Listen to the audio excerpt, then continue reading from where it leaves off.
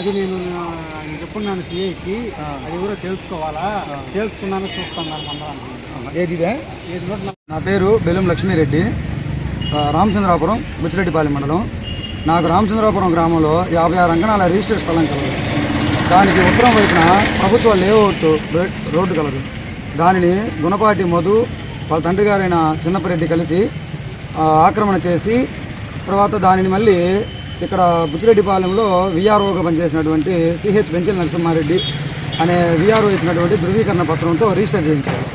కానీ ఆ రిజిస్ట్రేషన్ని గమనించి చూస్తే అది ఫోర్జరీ రిజిస్ట్రేషన్ అని తేలింది.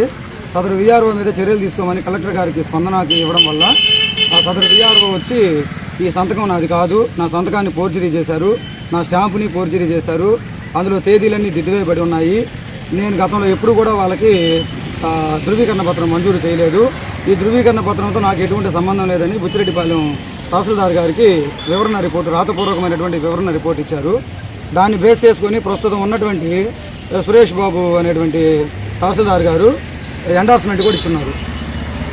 విఆర్ఓ గారు ఏదైతే రాసున్నారో రాతపూర్వక స్టేట్మెంటు, దాన్ని బేస్ చేసుకొని యాజ్ టీజ్ అలాగే ఎండార్స్మెంట్ కూడా ఇప్పుడున్నటువంటి తహసీల్దార్ గారు ఇచ్చున్నారు.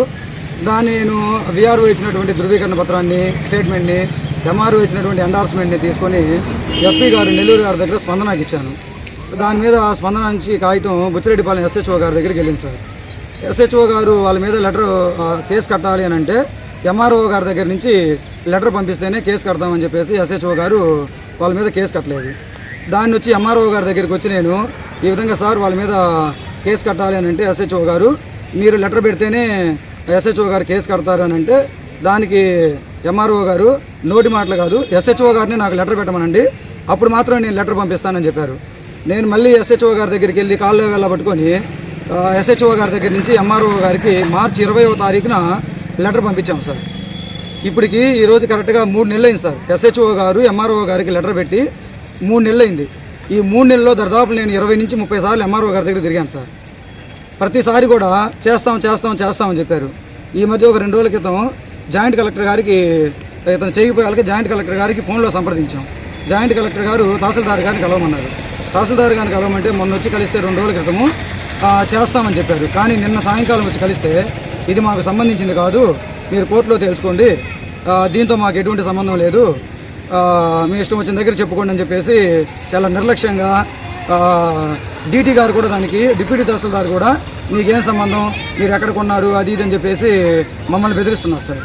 దీని మీద వాళ్ళ మీద ఫోర్జరీ చేసినటువంటి సదరు గుణపాటి చిన్నపరెడ్డి మధు మీద క్రిమినల్ కేసు, ఫోర్జరీ కేసు కట్టేదానికోసం ఎంఆర్ఓ గారు లెటర్ ఇవ్వకుండా నన్ను పదే తిప్పించుకుంటున్నారు. దీని మీద నేను కలెక్టర్ గారికి స్పందనలో మార్చి 4న ఒక అర్జీ, మార్చి 11వ తారీఖున ఒక అర్జీ, లాస్ట్ 2 స్పందనలు సార్, ఎలక్షన్ కోడ్ వచ్చేటువంటి లాస్ట్ 2 అర్జీలు కూడా ఇచ్చాను. దాని మీద ఇంతవరకు ఎటువంటి విఆర్ఓ, మా ఒవ్వేరు 1 విఆర్ఓ పద్మా మేడం గారు కనీసం సైట్ దగ్గరకు వచ్చి ఒక్కసారి కూడా దానిని ఆపమని కానీ అక్కడ అక్రమం కట్టడం జరుగుతుందని పదే తెలిసినప్పుడు కూడా ఒక్కసారి కూడా వచ్చి దాన్ని ఆపే ప్రయత్నం చేయలేదు సార్. వాళ్ళ దగ్గర ఎంఆర్ఓ గారు, రెవెన్యూ అధికారులు భారీ మొత్తంలో డబ్బులు తీసుకొని చాలా నిర్లక్ష్యంగా నన్ను పదే ఆఫీస్ చుట్టూ తిప్పుకుంటూ ఎస్హెచ్ఓ గారికి లెటర్ ఇవ్వకుండా నన్ను చాలా తీవ్రంగా ఇబ్బంది పెడుతున్నారు సార్. దీనిని ఒకసారి మీడియా సోదరులందరూ కూడా పై అధికారుల దృష్టికి తీసుకెళ్లి నాకు న్యాయం చేయవలసిందిగా కోరుతున్నాను సార్.